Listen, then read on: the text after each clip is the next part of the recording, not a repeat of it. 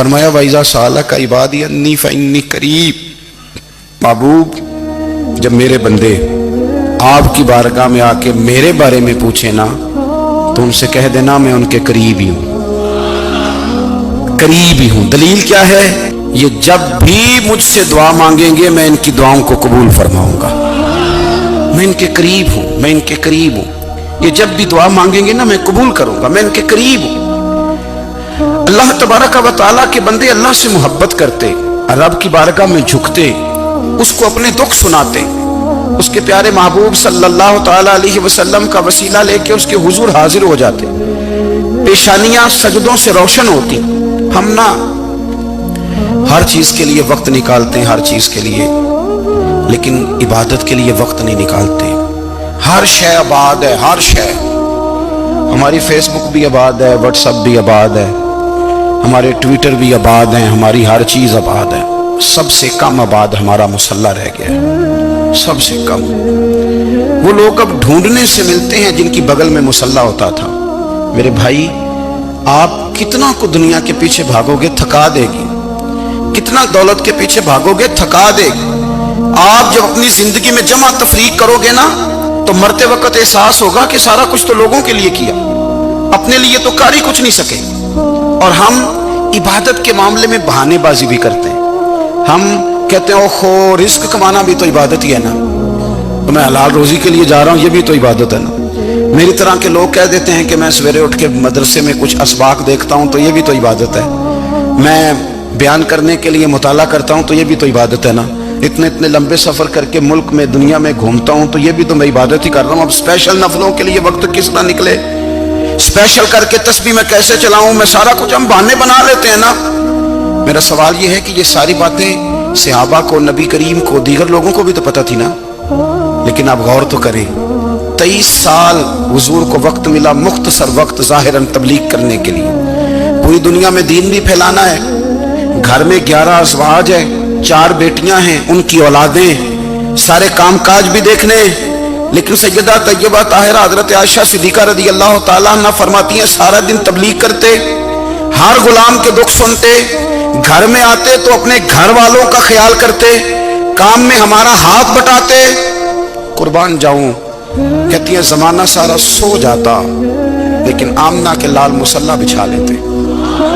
दुनिया सो गई, सारी सब सो गए, जो खुदाम थे, वो जो गुलाम थे, वो सो गए। सही मुस्लिम में लफ्ज मिलेंगे, सैयदा पाक फरमाती हैं ओ मेरे नबी के गुलामों, मैंने ये रंग भी देखा है कि हुजूर ने इतना खड़े रहे, इतना क़याम किया, इतना क़याम किया कि मुकद्दस पैरों में वरम आ गए, सूज गए पैर। इतने बड़े दिल पे हाथ रख के नहीं बता सकता कि मेरे कभी नमाज में पैर सूज गए, कोई नहीं बता सकता। बच्चों की रोटी कमाते थक गए, बात अलग है। हम सैर करने गए तो थक गए, बात अलग है। लेकिन इबादत में ये भी तो मुस्लिम शरीफ है ना, ये भी तो दीन है ना, ये भी तो हुजूर की सुन्नत है, ये भी तो वो चीज है जो करीम की आंखों की ठंडक है। सैयदा फरमाती है पैरों में वरम आ गए और सारी रात ही हुजूर ने नमाज पढ़ी और एक ही आयत बार बार दोहराई। मस्जिद नबी में बिलाल हबशी ने फजर की अजान दे दी और हुजूर अभी मुसल्ले पे थे। करीम फारिग हुए, मैंने अर्ज की या रसूल अल्लाह सल्लल्लाहु अलैहि वसल्लम, आपके तो सदके अल्लाह अगले पिछलों के गुनाह माफ करेगा, तो आप इतनी आहोजारी क्यों फरमाते हैं?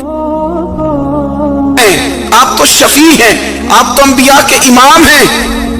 तो हुजूर ने फरमाया आयशा तुमने गिनवाया है ना मेरे अल्लाह की मुझ पर कितनी रहमत है। अफला अकूना अब्दन शुकूरा, फरमाया अगर उसने इतनी नेमतें दी हैं तो क्या मैं उसका शुक्रगुजार बंदा ना बनूं, मैं शुक्रगुजार बंदा ना बनूं उसका? फिर अगर इतनी नेमतें उसने दी हैं, मुझे इतना नवाजा है, तो फिर मैं उसके सामने सजदे ना करूं? ओ मेरे भाई, बड़े काबिल फख्र लोग हैं हम कि हम नबी पाक के गुलाम हैं। हम काबिल फख्र हैं कि नबी करीम के गुलाम हैं। क्या कभी इस गुलामी के शुक्राने में भी 2 नफल पढ़े कि या अल्लाह तेरा शुक्र है तूने हमें हुजूर का गुलाम बनाया है? याद रखें कि अपनी रूहानी जिंदगी को आबाद करें, इस्तिगफार पढ़ें, तस्बीहात करें। हजरत अब्दुल्ला इब्न उमर रदी अल्लाह ताला अन्हु, हजरत उमर के साहिबजादे, मक्का मुकरमा में उनकी कब्र है। मैंने जब उन्हें पढ़ा तो मुझे उनसे बड़ा प्यार हो गया। لیکن آپ کو پتہ ہے وہاں جا کے کسی شخص کا مزار تلاش کرنا یا پوچھنا ایک مشکل کام ہوتا ہے۔ تو ایک دفعہ میں مکہ شریف میں حاضر تھا، تو ایک گاڑی والا ڈرائیور مجھے کہنے لگا کہ مولانا میں آپ کو جانتا ہوں، مجھے آپ سے محبت ہے، ایک بات بتاؤں آپ کو۔ میں نے کہا بتاؤ۔ کہنے لگے حضرت عبداللہ ابن عمر کی قبر دیکھنی ہے۔ میں نے کہا یہ تو نہیں کہہ رہا، یہ کسی نے بندوبست کرایا ہے، یہ اللہ نے تیرے دل میں بات ڈالی ہے، یہ ہو گیا تو لے چل مجھے۔ حضرت عبداللہ ابن عمر کو نبی پاک نے فرمایا راجل صالح، یہ نیک بندہ ہے، یہ متقی آدمی۔ حضرت عبداللہ ابن عمر رضی اللہ تعالیٰ عنہ سیدنا فاروق اعظم رضی اللہ تعالیٰ عنہ کے صاحبزادے ہیں، اور ان کی ہمشیرہ سیدہ حفصہ رضی اللہ تعالیٰ عنہ حضور کی زوجہ محترمہ۔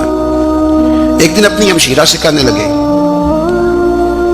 کہ نبی کریم صلی اللہ تعالیٰ علیہ وسلم گھر میں آئے نا، اور اگر حضور غم امت میں پریشان نہ ہوں، طبیعت کو حشاش بشاش دیکھو، تو ذرا پوچھنا تو صحیح حضور کا میرے بارے میں کیا خیال ہے، پوچھنا تو صحیح کہ کریم کی بارگاہ میں میرا کیا مقام ہے، میرے بارے میں حضور کیا فرماتے ہیں۔ اب بہن کو کام بتائے، اور بتائے بھی بھائی، اور پھر بہن وہ کام نہ کرے، یہ تاریخ میں ہوتا نہیں۔ حضرت عمر فاروق رضی اللہ تعالیٰ عنہ کی صاحبزادی ام المومنین رضی اللہ تعالیٰ عنہ فرماتی ہیں کہ میں تو بس منتظر تھی، انہوں نے تو کہا تھا نا کہ اگر تم حشاش بشاش دیکھو تو بات کرنا، لیکن حضور تشریف لائے، میری باری تھی، میرے گھر تشریف لائے، کھانا پیش کیا تو فوراً میں نے عرض کی حضور ایک بات پوچھنی تھی۔ تو حضور نے فرمایا پوچھئے۔ میں نے عرض کی حضور میرے بھائی عبداللہ ابن عمر کے بارے میں آپ کا کیا خیال ہے؟ نوجوانوں میری بات پہ غور کرنا، میرے بھائی کے بارے میں آپ کا کیا خیال ہے؟ تو نبی کریم صلی اللہ تعالیٰ علیہ وآلہ وسلم